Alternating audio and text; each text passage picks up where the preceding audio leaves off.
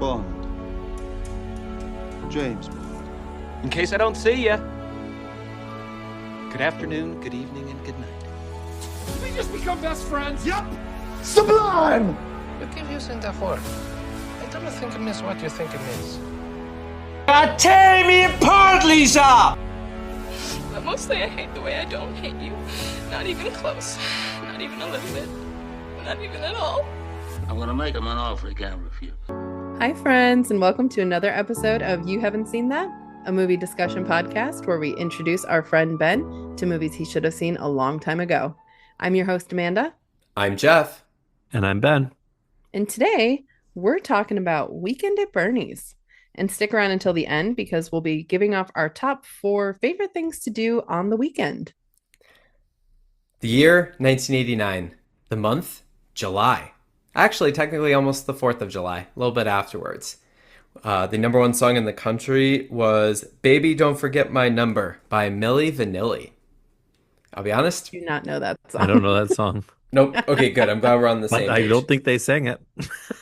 No, I don't think so. I don't think so either. Also, the weekend after that, because this came out in like the middle of the week, the one after that was Good Thing by Fine Young Cannibals. I don't know if y'all have heard about that one either. No? Might be one of those ones where, like, maybe when you I've hear heard it. You were like, oh, it's this song? Yeah, but Maybe. We'll go with that. In other pop culture news, the Tiananmen Square massacre had recently occurred, in sad news. But in happy news... Great pop culture trivia. Great pop culture trivia. But in happier news, a little TV show named Seinfeld debuted on the day that this movie came out. So pop culture was only ran a few episodes that summer and was on the verge of cancellation. Well, it's a good thing it didn't. Yeah. Actually, I've never watched too much Seinfeld. Not a big Seinfeld guy myself. It's one of those. I'm actually like, not either, but I've seen enough. There you go. Perfect. Well, on this time, we had Weekend at Bernie's. 2 young insurance corporation employees try to pretend that their murdered employer is alive by puppeteering his dead body, leading a hitman to attempt to track him down to finish him off.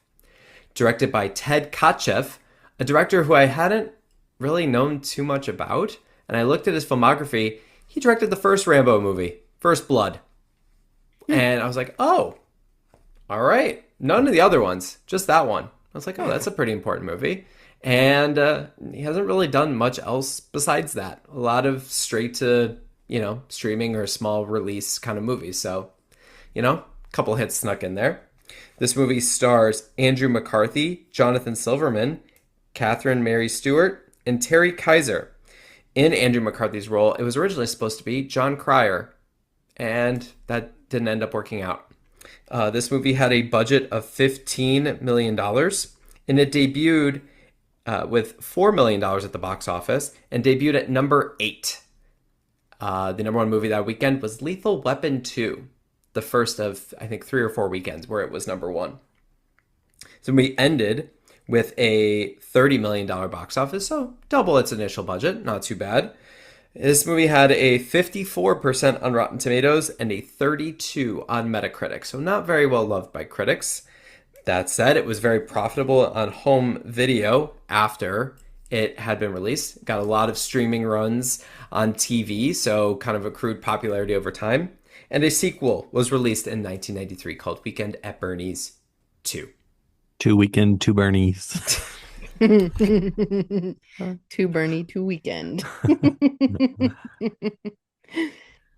All right, Geoff, why don't you tell us your history with the Weekend at Bernie's?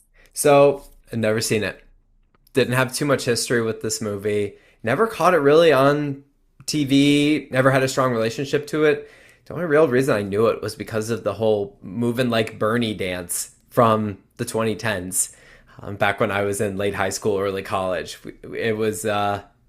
knew about that, and I knew it was tied to the movie because he had to pretend to be a dead guy and kind of like flop around like this, but that was it. Never sought it out or anything, and I was -3 when it came out, so did not see it in theaters.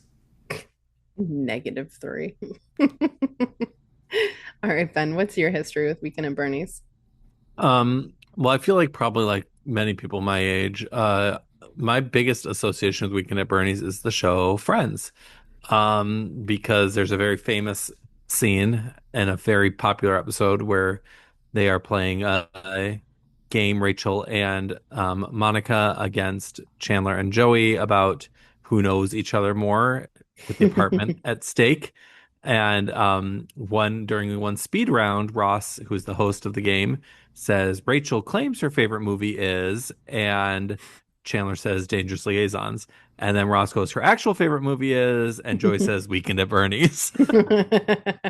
So I've heard about Weekend at Bernie's for a very long time because I'm a big time Friends fan. And I did know the general plot. Like I feel like I've used like the like term, like I feel like I've referenced Weekend at Bernie's without even ever seeing the movie before, where the idea of carrying some dead guy around pretending they're alive, like I feel like I've used it when one of my friends was like really tired, like or something like that. Like I've said like they're doing like Weekend at Bernie's, so I've certainly used it in references, but I of course had never seen the movie. Yeah. Also featured in How I Met Your Mother. Yes. So Weekend at Barney's out of his playbook. I don't think we actually see that or see how it works, but definitely mentioned. So I have seen this movie once or twice before, and I don't know when I first saw it. I don't know why I first saw it. I don't know anything. And honestly, I didn't really remember too much of the movie either. So I'm guessing it had to have been a while ago. Maybe I just saw it at Blockbuster or Family Video and was like, I'm gonna rent that. Um, but yeah, that's mostly it. So Ben, why don't you give us your rating? So I had to look back to see what I gave Planes, Trains, and Automobiles because I felt like it made me think a lot about that movie. I gave that a 3.75. I did not like Weekend at Bernie's as much as that, but I didn't hate it. So I'm going to give it a 3. All right. And what about you, Geoff?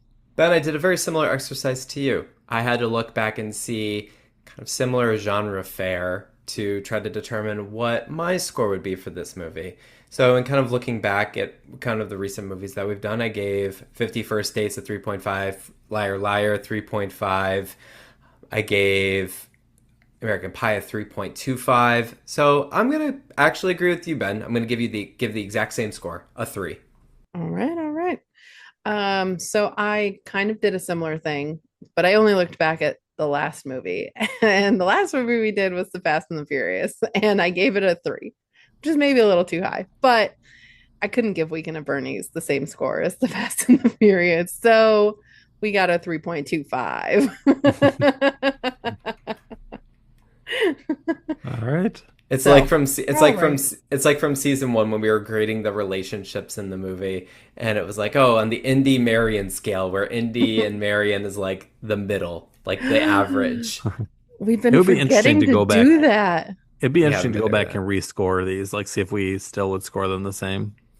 Because I feel like especially some of the early ones, I might be a little more generous too. Mm-hmm. Dang, totally been forgetting to rate the couples, guys. Yeah. Well, we haven't had as many couples this year. I think we've had a fair number. And I just want to say for the record, maybe I'll do a ranking all the way at the end. I don't know. Letty and Dom are going to be at the bottom. What? Hands down. Hands down, they're going to be at the bottom. Unless we watch something where someone tries to kill someone, then I guess they won't be at the bottom. Guess that's fair. Lower than Mrs. Robinson and what was it? Benjamin, right? Was it Benjamin? Yeah. Yeah. It was you. Yeah, it was me. I don't know. They're not a real couple. I would rate Benjamin and her daughter, and I guess that's true. Her and her husband, and they all get low marks. All right, fine. I guess Dom and Letty aren't at the bottom. They do like each other. Anyway, we're not here to talk about that movie. No, we're here to talk about Weekend at Bernie's. We're here to talk about the relationship between Richard and Gwen. There we go. Yeah, exactly. Start off with the really important stuff. No, I think it's great that we timed this movie with how hot it's been this summer. I don't know about y'all, but it has been ridiculously hot this summer. So throughout the entirety of kind of the early stages of this movie, I'm just there like, man, Like, yeah, I get it. This is And a awful. hot summer day in New York City, even though it was 1989, I was like, I feel you. Like I've been there. Smells disgusting. I know Just that feeling. oh In my New York gosh. City, I feel like every summer. I mean, this actually wasn't the worst, but Yeah. most Yeah. summers I feel like I'm there during one of the worst heat waves in New York. Oh, for sure. And also, Yeah. too, with this movie, I recently watched for the first time Spike Lee's Do the Right Thing. Also, great timing for this. And that takes place, that's like a 24-hour movie on the hottest day of the summer in New York. So, again, great timing for all of this, right? As the summer is dwindling down, being like, man, this has been brutal. Fun fact, I was visiting Washington, D.C. in 1999 on what ended up being the hottest day of the 1990s in D.C. No kidding. Yeah. Wow. It How was, hot was it? I don't remember, but I remember feeling very, very hot. I was a kid, but I mean, yeah, doing anything in DC when it's hot is like, yeah, it was like, walking into like any of those museums or something was like, it was just like this like waft of air conditioning that felt so good. Mm-hmm. yeah. Yeah. Um, so my biggest complaint about this movie, just to start off with the negative, is it felt like a sitcom episode that went for an hour and a half. Mm. Yeah. I mean, Yeah. that's fair. And like I felt like it just, it took a while to get to the main premise. Which at first I was like, oh, come on, get to it. But once they got to it, I was like, oh, maybe that's why they took so long to get there, because once they were there was only so much you could do with that premise. Right? They didn't even Yeah. spend the full weekend there. They just got one day. It's just like, hey, one they got there in the evening, and then they had kind of the early morning to early, mid afternoon of day two. So like 24 hours. Like, and I tend to like when things get madcap and pile on each other, but I just felt like they just didn't have enough. And it was I think they were hamstrung by the premise, which is a funny Hmm. premise. But I feel like once the guy's dead, like there's only so much you can do that's going to feel new or different or like another like twist onto the story kind of thing.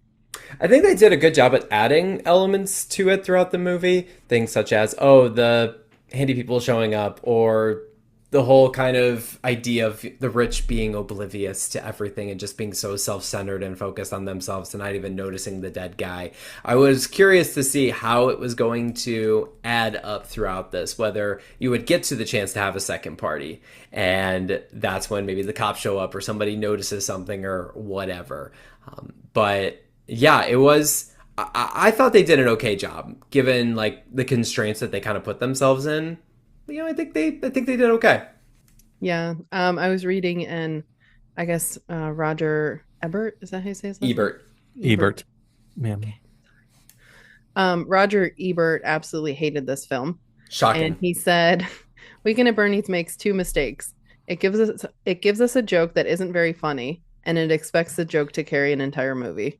It's a decision that leads to some long, dreary sequences and a certain desperation on the part of the actors. So, kind of what you were saying, Ben, but not, Yeah. a little more harsh. Well, and I guess for me, like, I think for me, like, there were elements I liked. There were some funny sight gags. There were some, funny things with the body. Like, I felt like Andrew McCarthy and Jonathan Silverman, right? Those were the two actors. Yes. Like, I don't know. They had some funny moments, but I part Mhm. of me was like, oh, how much funnier would this be with better comedians? If That's fair. if you cast John Cryer in the Jonathan Silverman He would have role, been better. Yeah. yeah, I think it Yeah. would have worked. And I know Um, the two of them didn't really do much else besides right. this movie, Or but even like thinking like I mean like an 80s or even them like a Steve Martin Short kind of pairing type of thing, right. or like obviously this wasn't the time period, but like Will Ferrell, John C. Reilly doing it or something like that. Like Hmm. I feel like boy, that could have been really funny because I felt like there was only so much you could do with the body, so more of it needed to be in their reactions. And I don't know that to me the comedy always landed with them. I think the problem is that the way that Silverman's Richard is written is kind of like a wet blanket. He's the goody two shoes who's really, really awkward around everybody and can't get a date or anything. So it has to really rely on Larry on Andrew McCarthy's character, and I think he did a fun job. And it was always fun and entertaining to see him on screen. Obviously frustrating because it's like he's a lazy bum, he's getting them into more He was the trouble better or of the whatever. two. I definitely agree with Oh, that. but for sure, yeah, he had the real highlight of the comedic moments. Like when he's sitting with the dead body out on the deck and everything, playing cards. I'm like, this is funny. This is a man driven to insanity, and he's just trying to live in this fever dream of a situation here. So I enjoyed his moments specifically on screen. But yeah, I think in better hands it could have been taken to a greater length. But I think it's a test. I also think that was a testament to the young actors that this movie has achieved kind of the cult status that it has without stars at the making. This movie had a small budget. This movie didn't really have big name actors in the center of it, and it's still held up well over time. So, still a testament to them. And is it just me, or does every like 80s starlet look like the actress in this film? Yeah. Yes, absolutely. Like Ben, every the second single she one. walked on screen, I was like, "Oh, I know her." I was like, "Wasn't she in Footloose, maybe?" And then Yeah, I yeah. like looked her up, and I'm like, "Nope, I haven't seen a Like, single oh no, it thing was that Dirty she did." Dancing. No. They all look the same. Yeah, they all had that slightly curly hair that was Yeah. like the same length, and it was blonde, and they all had the same body type. Yeah, Yep. absolutely. Yep. Back to what you were saying before, the dynamic between the two really reminded me of like Ferris Bueller's Day Off. Yes. Another 80s classic, but I was like, apparently that was the thing, right? You need to have a stick in the mud character and the one who is crazy and goes all out for all the fun things. Yeah. But I mean, they do have their moments. I think the absurd lengths that it gets to in the back half of the movie, and especially towards like the final third, are really hilarious. They do a good job of the physical comedy element of it all, with the body being dragged all over the place, being thrown into the cart. Obviously it's unrealistic, but again, as we've discovered early on in the movie, everyone's just oblivious, everyone's in their own little world, everyone's just drunk off their butts, so they can get away with everything in theory. So yeah, I think they do a really good job with the physical comedy, and I think that's a testament to them, younger and everything like that. It is funny to watch them flying around on boats and dragging bodies all over the place. It's very entertaining. Yeah, I mean, I think one of the biggest things that works for this movie is the dead body moving around. Like, Yes. and they do it so well. Mm-hmm. And I'm sure that has to be a testament to all three actors. Because that's probably one of the most convincing, like, I mean, I guess not convincing dead bodies, but for all that he had to do, like, it's not like he just had to lay there and be dead. Right. Like, he had to I move around a lot. I feel like it's also a testament to the director, because like the reveal of those bodies of like, when it all of a sudden appeared in the water, or my favorite thing was the very last time, the very Yep. ending. And he like rolled behind them. Yeah, and then just like was sitting there like, but you gotta get just the right shot for those to work, and I feel like that happened too. Definitely. But yeah, they were very good at moving him around, and the way his body flopped definitely added a lot of comedy just in that simple movement. Go ahead, Ben. Oh, sorry. Can we talk about the beach house for a second here? Yes, I have thoughts and a fun fact. All right, I have thoughts as well. Do you want to? Well, I'll give my thoughts, and then you can give me your thoughts Yeah. and fun fact. My thoughts are like, is this like? I don't feel like it's very attractive looking. Like, No. it's like a real ugly beach house for somebody who's so rich and stuff. And I don't know if that was just like a look in the 80s. It's also like weirdly close to a public beach.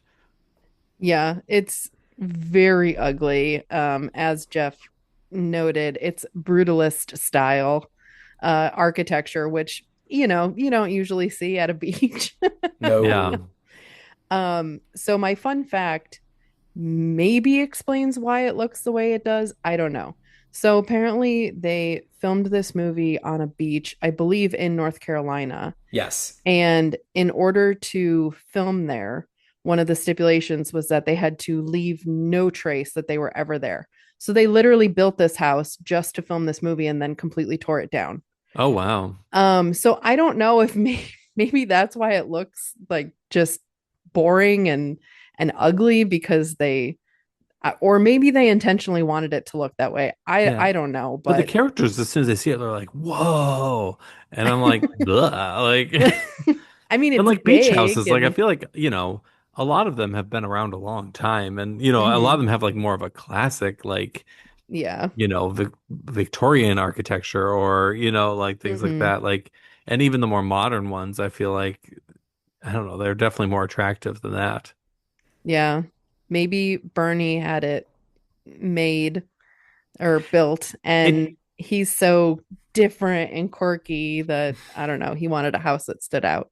it does have like that late 80s vibe of like the grays and the thing, like Hmm. like I always think, like, I don't know if you two have been to Cedar Point, but like when you go Hmm. to the Magnum roller coaster, like Mm-hmm. that is like the second you walk near it, you can tell it's all was built in the 80s because it has such like that kind of vibe to it and style to it. And I feel like that happens here too, like that kind of, I don't know how to describe it, plasticky gray kind of look to Yeah. it. Hmm. Like it's a Yeah. very late 80s look. So that makes sense that it was built just for the movie. Oh, for Um, sure. because I feel like if they had used one that was already there, it would not have looked 80s. It would have been older than that. Yeah. For sure. And I think too, it also looks like a house that somebody who's not subtle with their money would have on a Yeah. beach where there are a lot of rich people. We already know Bernie Lomax is not subtle with his cars, his requests, the way his office looks, everything. That is true. It And does match the character. yeah, It's just more like the two guys' reaction to it that I was like, really? that wouldn't be my reaction to that house. I mean, listen, when you have one guy who lives in a roach infested apartment, plus a guy who's living with his parents, Yeah. anything, and they've never been to the Hamptons, anything to them is like, oh my gosh, this is the greatest. Yeah, I'm sure the size more than anything is That's probably what true. drew them in. Hmm. And the unlimited booze, and yeah, everything. They're children, no young adults. Um, Speaking of flaunting wealth, I called that Bernie was the bad guy, or that he was the guy who, with the claims issue early in the movie. Amanda can attest. I called it. He Not did. subtle. I didn't know what the plot description was per se, but I did call it. I was like, I bet you it's him. And lo and behold, I was right. Feel proud of myself. It probably wasn't that hard to the average person watching this. I mean, I don't, yeah, I didn't know that that was like how this all unfolded. I guess I was just like, I don't know. I guess I just thought like he just like, I didn't really think about how he died or why they had to keep him like he was alive. Hmm. But yeah, I did not necessarily know that there was like a hitman involved and stuff like that. Yeah, Who, the by the rev- way, terrible hitman. horrible, just awful Yeah, hitman. but very funny that he was just like being haunted by Bernie Yeah. by the end. Very good. He reminded me of, and it's not the same guy. He reminded me of the guy from Happy Gilmore who shouts at Happy during the final tournament. Is like, "You will not make this putt, you jackass." Reminded me of that guy. It's not the same guy, but looks and everything. But yeah, Yeah, he real did look terrible like hitman. him. You got to be confident. You got to know, like, yeah, this worked, and not doubt yourself for anything. So Yeah, but like the method that he killed Bernie, I feel like pretty legit. yeah, Yeah. You lethal know, Yeah. and injection. He's well, you got to yeah. be good at that stuff if you're such as bad a shot as he is. Oh, for real, Yeah, definitely. awful. Um, I mean, he did say he was rusty when True. when the Italian mob was sitting around the dinner table pulling a reverse Uno card on Bernie, being like, "Oh yeah, we could do it. Yeah, I'm rusty, but I got this." Also hilariously stereotypical that the Italian mob would get involved with Oh yeah. these issues. These reformed guys, quote unquote reformed, you know, mobsters, being like, actually, let's pull off one more job. Well, Bernie was getting sloppy Yeah, and sleeping with his girlfriend, which is this is like true. Yeah. Just such a rookie mistake, my guy. Yeah. I don't feel like I say this too often. I hope I don't, but I feel like this could be a musical. Like a very funny musical. I Kind of could see surprised it. it's not. Yeah. And then some of the sight gags would be tricky, but I feel like you could have a lot of fun with that. You probably could. There's your new project, Ben. Yeah. Make it a Ca- musical. Cast We your kid who's, enthusiastic but can't really act or sing to be Bernie and let him just be a dead body on stage for There you most of the go. show. Weekend at Bernie's Jr. coming to Fredonia Middle School, November 2026. We'll go next year, 26. Why the middle school? Why not? Yeah. I think that's gonna have to be a high school show. You sure about that? Yeah, a lot of partying. You'd have to cut out like all the partying. Yeah. No, I wasn't necessarily saying for schools. I was just saying in general, I feel like Just in it could be a general. musical. Well, you wait. They're making all the old movies musicals, It's so true. It feels like it It'll- might happen at some point. Oh, definitely. it'll have its time. Oh, for sure. Speaking of partying, like the whole scene about getting over to the Hamptons and everything, just hilariously over the top party situation, drinking on the boats and the custom golf carts and everything. Like, take me there. I know I'm an old man who likes to sometimes stay in and sleep on the weekends, but like, take me there. Yeah, I mean, looks pretty legit in the Yeah. traveling party, but I mean, all those people suck. Like every Yeah, they're single like the modern person, like Great Gatsby like crowd. I feel like it's like Big time. yeah, every person at that party sucked, Yeah. especially the guy who made the comment to Gwen that he would love to see her outfit crumpled on the floor. Yeah, that was disgusting. Yeah, not Bro. cool. Not cool, man. yeah. But also obviously terrible people because they were so consumed with themselves they didn't even realize their friend was dead. That's rich people for you. Yeah, yeah, I mean, pretty much. Also, I need to know about the guy who the horrible negotiator with the Porsche situation. Like 30K, and in the span of like 4 hours, like doubles his price or whatever at a dead body. How did you make enough money to get a house in the Hamptons if you're that bad of a negotiator? I don't know. We're not. There's a going lot of dumb people who have a lot of money, Jeff. This is fair. Touche. What were you gonna say before, Ben? I don't remember. Sorry. No, I don't think it was Rude. important. I don't think it was I important. know. I'm sorry. Oh, no, I know what I was going to ask. Thoughts on the kid? Sucks.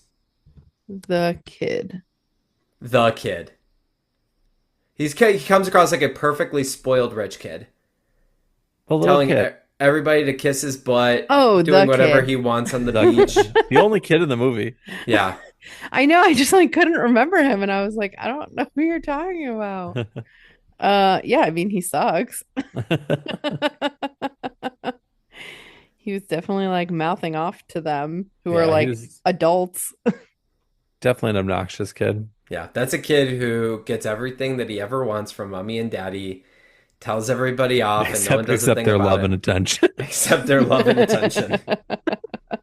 The one thing he really needs.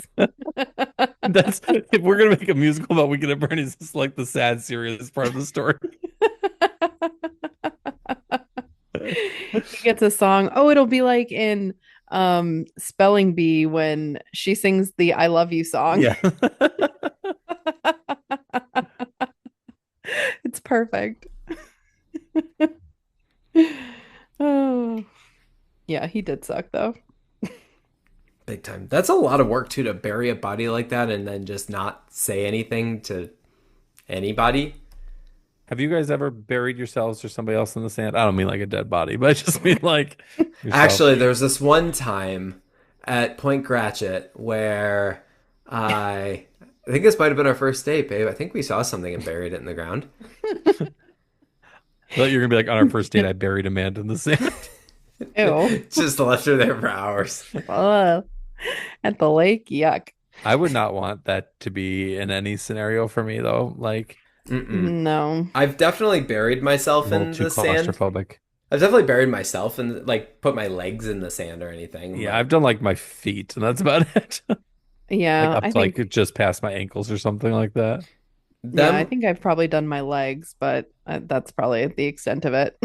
them laying in the sand kissing as Bernie's body washes up on the shore, or the body being buried in the sand, reminded me of the quote from Ben. You won't know that where this is from, but it's from Star Wars Attack of the Clones when Padme and Anakin are talking in Naboo as he's guarding him, and she's asking about his childhood on Tatooine. He goes, "I don't like sand. It's coarse and rough and irritating, and it gets everywhere." I'm like, true. That's an actual quote from Star Wars. And I yeah, don't disagree, even though it's Star Wars. yeah, Yeah. he's very right. When she laid down, I was like, no, not in the sand. This is after going to a crickety old lighthouse that required way too much walking. Easily could have like stepped on a rusty nail at some point at this lighthouse that's barely attended to, and Hmm. yeah, I guess that's what you get with screw you money and just being like, whatever. I don't care about how I look. I can just go home to my fancy house and you know clean my clothes no problem or whatever. So you don't think about those things. Yep. Also, since we're kind of on the subject, how did Bernie's girlfriend have a fun time with him?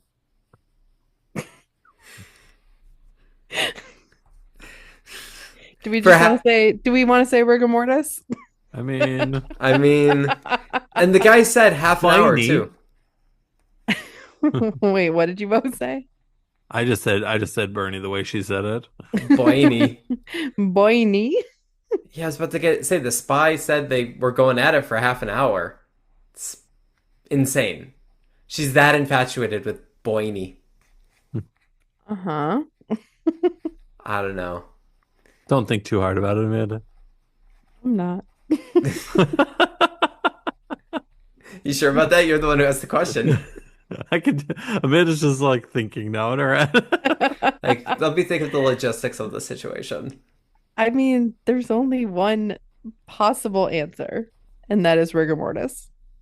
Yeah, probably. Yeah. You're probably right. Anyways, someone talk about something else. Maybe, I mean, he was an old guy. Maybe that's all she knew. I was about to say, he's just a shower. She pops some Viagra in his mouth. No, I don't even think that would work because his blood wouldn't be flowing. Right. His blood wouldn't be flowing. That's Yeah. literally okay.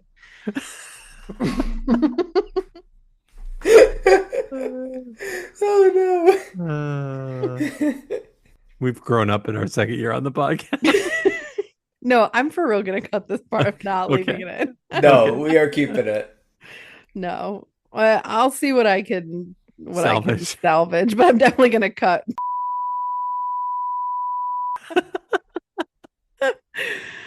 Okay.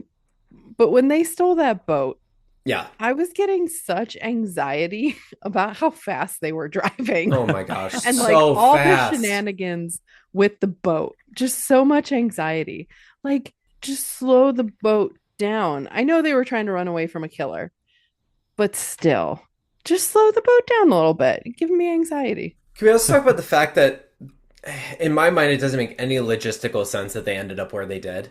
Because it was like they left the dock and then they sped off like a rocket and then ran out of gas and ended up right back at the house. Did they really just like loop around the island and that was it? I feel like they would have been on the boat for a while at least before running out of gas.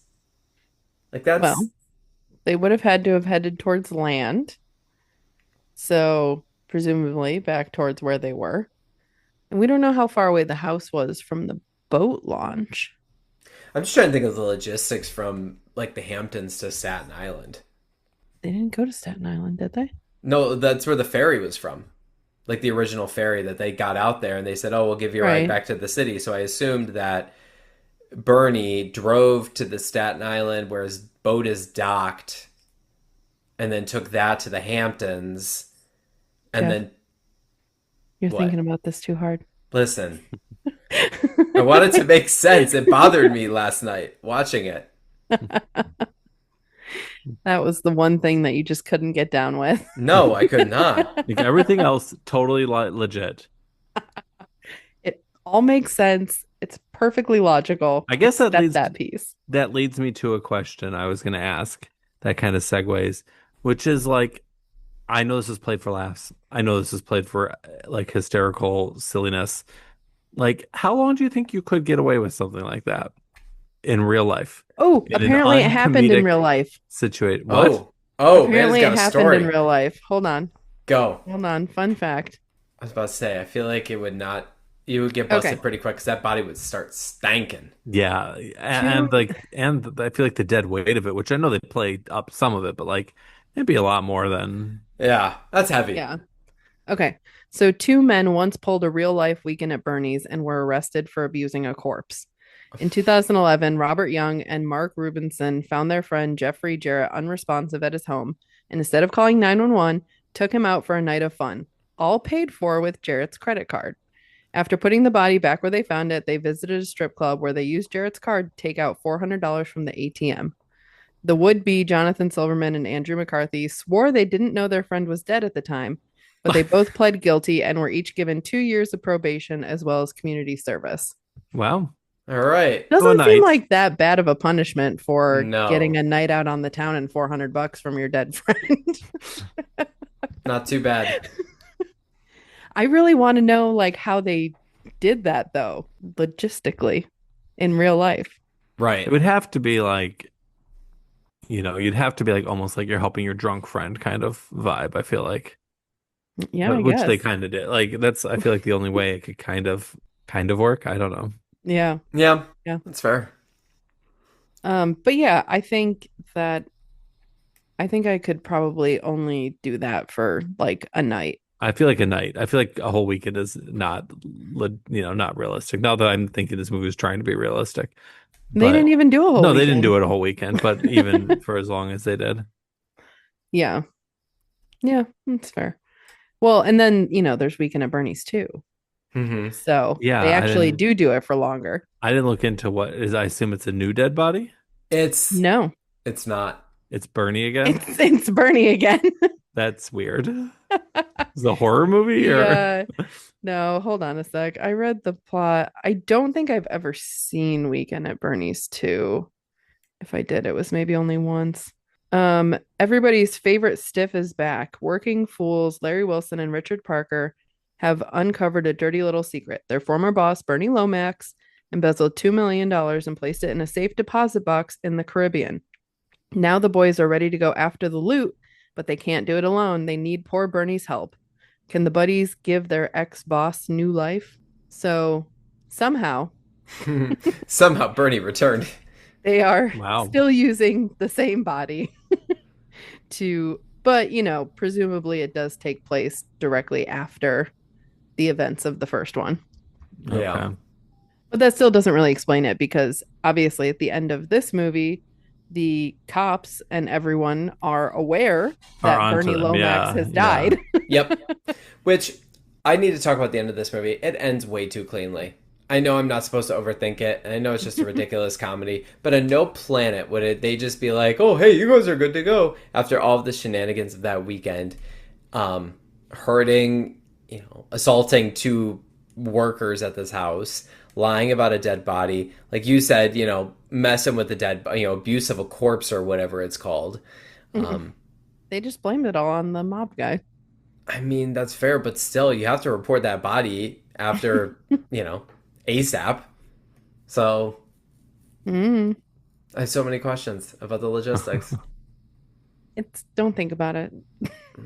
Ended ways. The cops, I guess the cops in the Hamptons are not as serious as the cops as in say New York City, where they would take everything seriously, would reprimand you or whatever. Then the island, they're just like, yeah, they're on island time.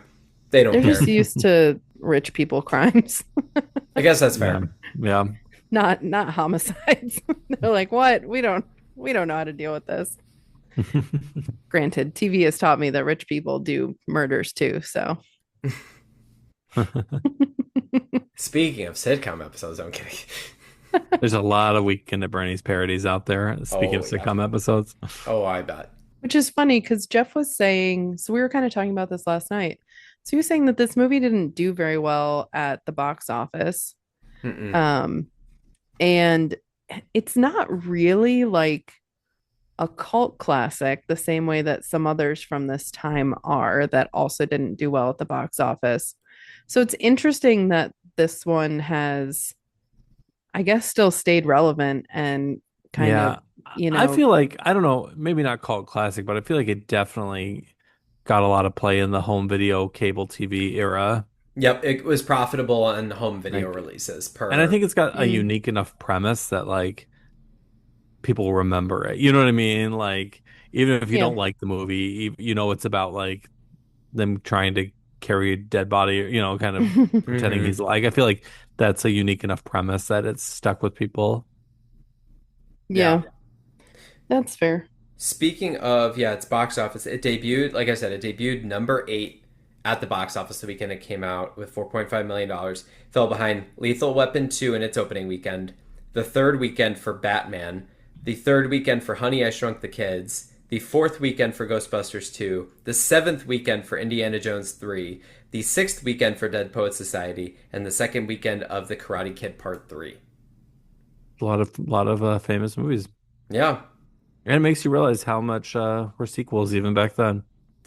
Hmm. seriously. It's crazy. All right. Well, do either of you have any final thoughts? You covered it with the ending. Covered it with the ending. No final thoughts. Okay. Just a fun time.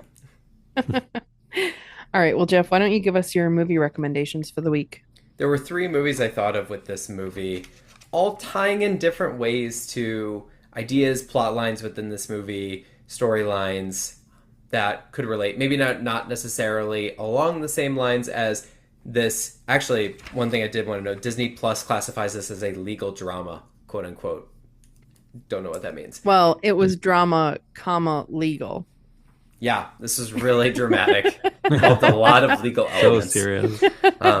Okay, so my first movie that I'm going to recommend is Bad Bosses. And the first one that came up was Horrible Bosses. Came out in the 2010s, starring Jason Bateman, Jason Sudeikis, and Charlie Day, all trying to get back at their horrible bosses, played by Kevin Spacey, Colin Farrell, and Jennifer Aniston. Very fun movie. Laugh a lot at it. Great cast, great ensemble. Jamie Foxx also shows up in it.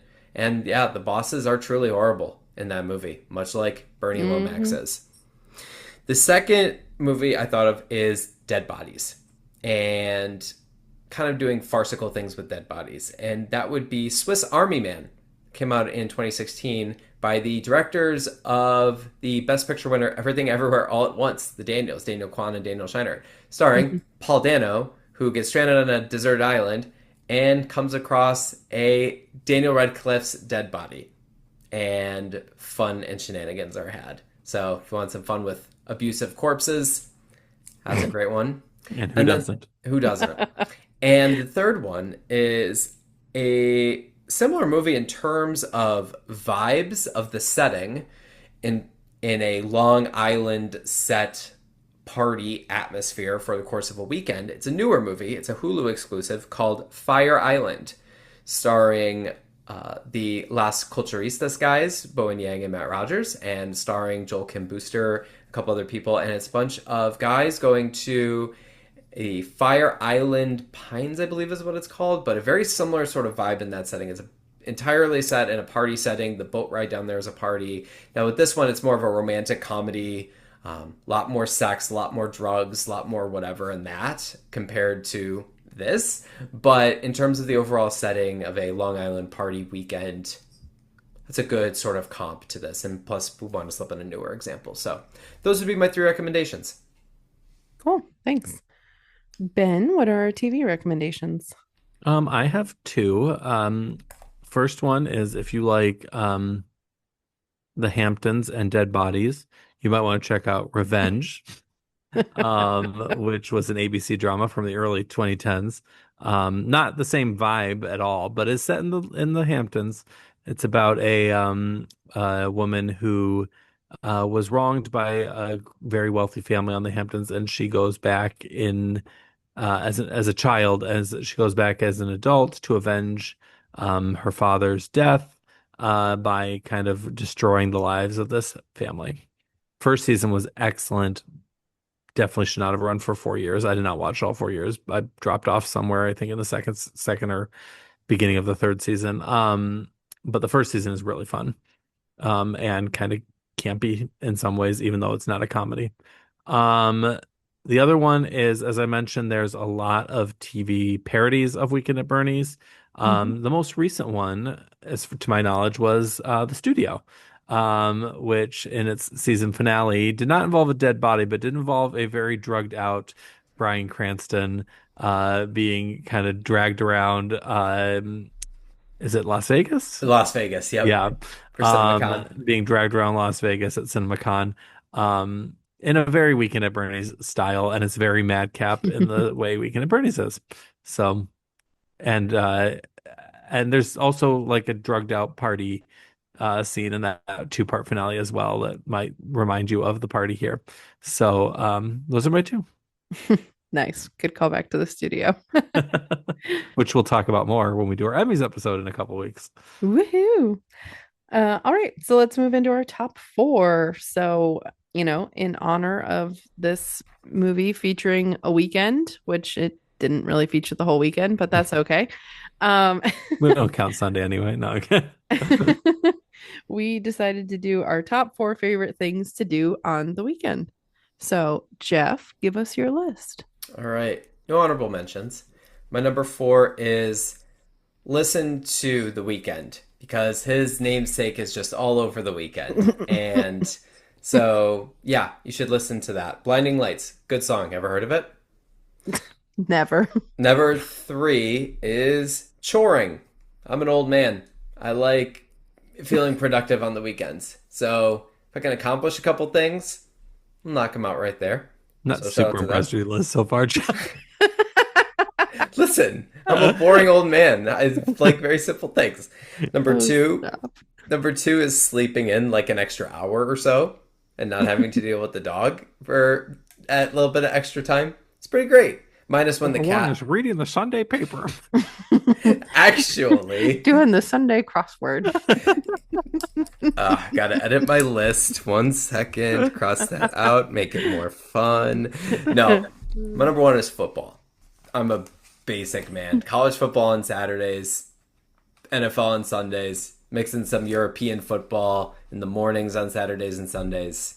It's what the weekends were made for in the fall. Does that mean winter. that your weekends are just terrible for half the year? Genuinely horrible. Because all he's got left are chores and listening to The Weekend.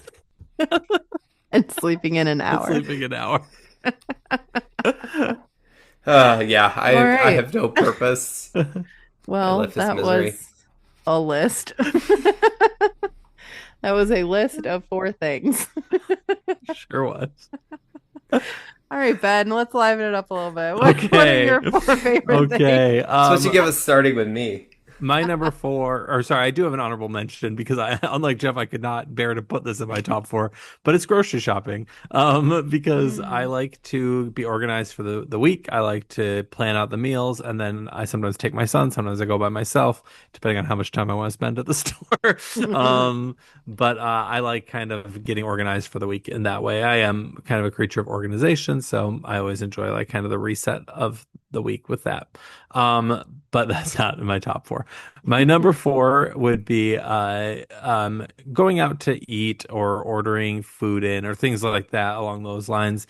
We sometimes do it during the week, but more commonly on the weekend. It's nice, like when you get to a Friday night and you don't want to cook, and you nowadays it's pretty much takeout we do, but before our son was born, sometimes we would go out too. And I'm sure we will in the future when he's a little less crazy in restaurants. So that's number 4. Number 3 is like Jeff, sleeping. I am fortunate my wife is most of the time a morning person and willing to take our son in the mornings. I'm a night person, so I'll stay up late. If he gets up in the night, sometimes I can do my duty then. But so I enjoy sleeping a little. I'm a teacher, so during the school year, I'm not getting a ton of sleep during the week, but on the weekend, it's nice to catch up a little bit. Number two is family movie night, which is something we sometimes did as a kid. I sometimes did as a kid, and now we've started to do that with my son. Um, we've started to do some Disney movies on Friday nights. And most recently Toy Story, which he is now obsessed with. And now when he says movie, what he means is Toy Story. Nice. You're Good raising job. him right, Ben. You're raising him right. But we've done a few others as well, but Toy Story was the biggest hit by far. But I look forward to that continuing to be a tradition on most Fridays when we can. And then number one, like Geoff, is football. But for me, it's football Sundays. I do not watch college football on Saturdays or European football. But I do love the NFL Sunday. And I didn't put this on my list, but I like when it leads into my favorite HBO show, like When the White Lotus or Last of Us or something like that is on. Right. But football, I just, we talked about this a little bit when we did our days of the week. I just love the fall football vibe. I love when we get to the playoffs and there's like the wild card weekend. I'm very excited for just the best way to spend Sunday with family and friends watching football. What is going to be the new Sunday night sort of HBO show going into the Well, in the football fall season? there Do will you be know? Task, Oh, which yeah. is Mark Ruffalo from the Mayor of Easttown creator. And then later in the fall is Welcome to Derry, the It Ah, prequel. yes, the It Show. That's right. So those are kind of the two for the rest of the year, I think. And then I'm not sure in the winter. That works. All right. Cool. Thank you, Ben. So I have an honorable mention as well. I do want to say, Ben, I didn't think about going to the grocery store. I do love going to the grocery store, but I hate doing it on the weekends. Oh, okay, fair. Because it's always crazy. Now, granted, It I don't is, yeah. do like the weekends is when I do my grocery order and everything, but I love going to the grocery store like on a weeknight and just Yeah. wandering around when like no one's in there. Sometimes I'll go on like a late Saturday afternoon and it's usually pretty empty. The downside Mm. is like things are picked over, like produce and stuff. Yeah. Yeah. But They the haven't upside is restocked it's yet. very quiet. Yep. All right. So my one and only honorable mention is football on Sundays. I do not watch college football. It only got an honorable mention because it's only half the year. So I didn't feel like it could be on my real list. But boy, is it great for that half of the year. And if the NFL had its way, it will be longer. It doesn't need to be longer. No, I agree. All right, my number four is dinner out. Just like you said, Ben, it's always nice to be able to have a little treat on the weekend, not have to cook, not have to clean up, go get some yummy food somewhere. That's always something I look forward to. Usually Saturday nights are our night to do that. My number three is exploring slash like day trips. Usually I don't know, maybe 5 to 10 times a year, like on weekends, we'll go out and go somewhere that's, somewhere nearby and explore, do a fun activity. Our most recent one was going to visit the new Buc-ee's in Virginia and then doing an escape room. So that was very fun, and I definitely enjoy getting to do those things. My number two is sleeping in. Geoff and I usually get up at 5:30 on the weekdays, so being able to sleep until like 7 or 7:30, sometimes 8 if we're being crazy and we're really, really tired. And the cat doesn't wake us. I know she's Yeah. listening right now. Luna, do not wake us up this weekend. Please do not. Yeah, I'm always really sad if we like have plans on Saturday and Sunday and it requires like an actual alarm and like to get up to like do something like just ruin my whole weekend. And then my number one is game nights. Love hanging out with friends, family, playing some games. That's usually on the weekends. So that definitely takes my number one spot overall. It's a very nice list, Amanda. I don't want to poke holes in it, but I will mention that you would not willing to put football on your list because it's only half the year, and then you said you do day trips 5 to 10 times a year. I knew you were going to say that. I knew it. As soon as I said it, I was like, oh, I shouldn't have said that because Ben is going to say something. I did what I did, and that's the way it is. No, in all honesty, I think we do day trips more than 5 to 10 times a year, Yeah, I think we do. but it's probably about the same as football. As a second, But I don't care. Football's like 21, 22 weekends I don't a year. care. Playoff. Okay. I don't care. It's my list. That's fine. I'm not saying to change it. I'm just poking holes. Uh-huh. Uh-huh.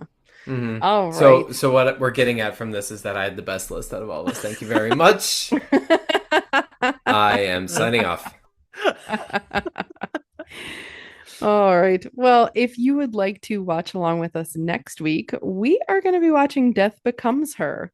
If you're an avid listener of the pod, you'll know that we recently went to New York City and saw the musical, but none of us have seen the movie. So it is on streaming this month, and we figured we would take a visit and see how the movie stacks up to the musical. So be sure to watch that and tune in. If you enjoyed this episode, please consider leaving us a rating or review and follow us on all our social channels. Thank you so much for listening, and we'll see y'all next week. To infinity and beyond! Why so serious? I am serious. And don't call me Shook. We're not worthy! We're not worthy! Keep the change, you filthy animal. What you just said is one of the most insanely idiotic things I have ever heard. At no point in your rambling, incoherent response were you even close to anything that could be considered a rational thought. Everyone in this room is now dumber for having listened to it. I award you no points, and may God have mercy on your soul. I said it before and I'll say it again. Life moves pretty fast. You don't stop and look around once in a while, you could miss it.